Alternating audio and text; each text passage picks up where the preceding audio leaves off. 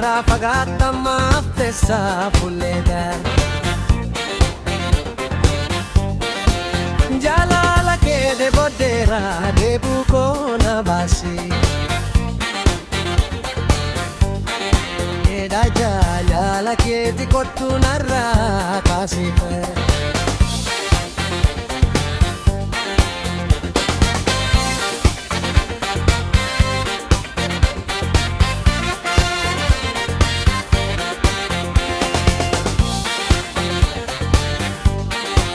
Jalali ke hama nonne ko na hilda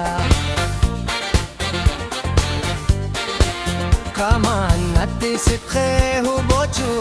mafdin dai Natti siki malo halala maftessa Ato galma kabda unne kan ko kesave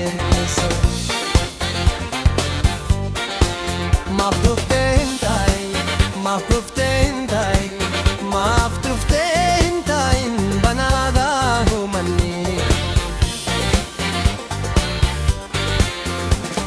Yumu enchufamu birrandu fuskanganti Fulle kan ko tau gae me disi Harka ke lallafan laphe kan ko jisi Natti marami harkan ko makoran jisi Hintain fulle ko natti siki margitu sin ala ijji